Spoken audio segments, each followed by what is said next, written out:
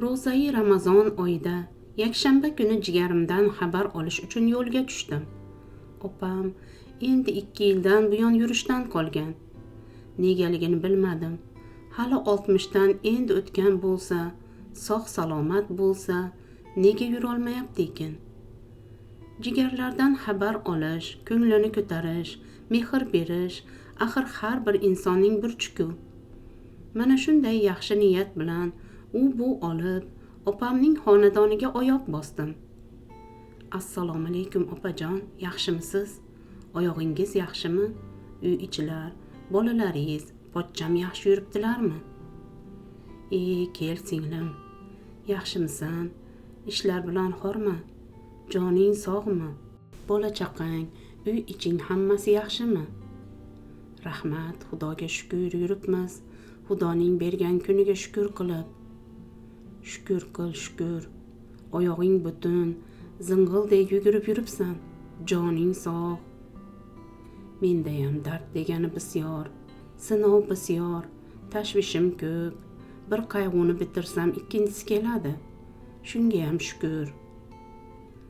Mana, meni ko'rib turibsan.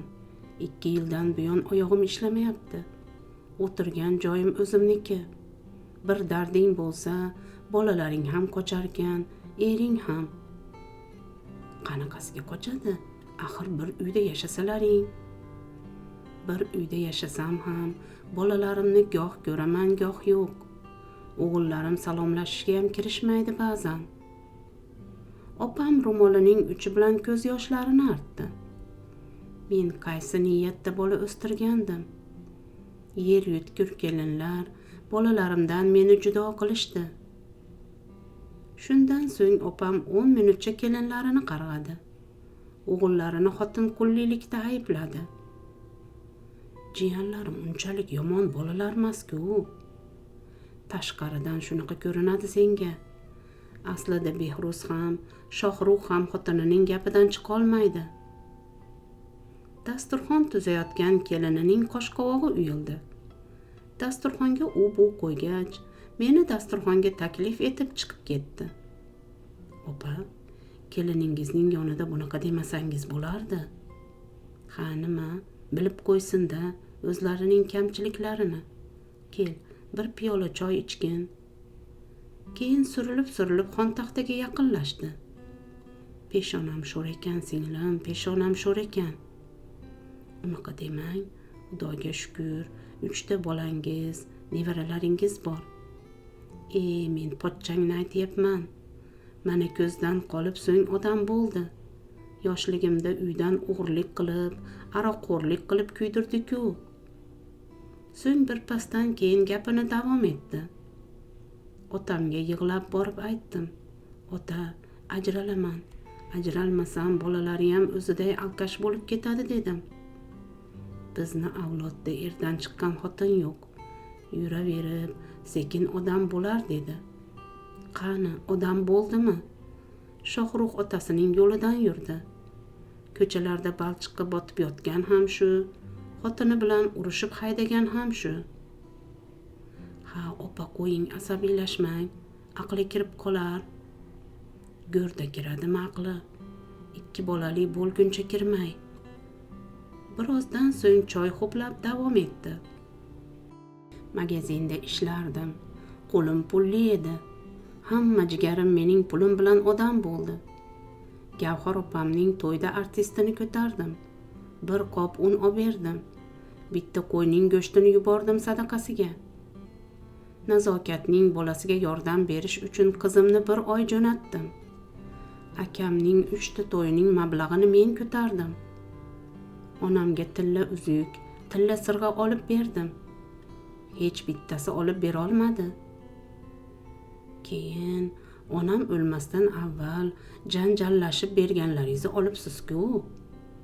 Ha, olmasam kimlarning qo'liga tushib ketardi? Yuvg'ichga berisharmidi yoki go'rkovga berisharmidi? Opam bundan 30-40 yil avval kimga qanday yaxshilik qilgan bo'lsa birma-bir sanab chiqdi. Mana, endi ko'ryapsanmi? Bittasi opam bor ekan, singlim bor ekan deb xabar olay demaydi. ko'rolmaslik emas, ammo hozir qaragin, hammasi yo'lini topib, juda yaxshi yashashyapti. Har birining uchastkasi bor. Menday domda yashayotgani yo'q. Hammasi mening pulim bilan odam bo'lgan. Hozir hammasini yomon ko'raman. Ko'rishga ko'zim yo'q.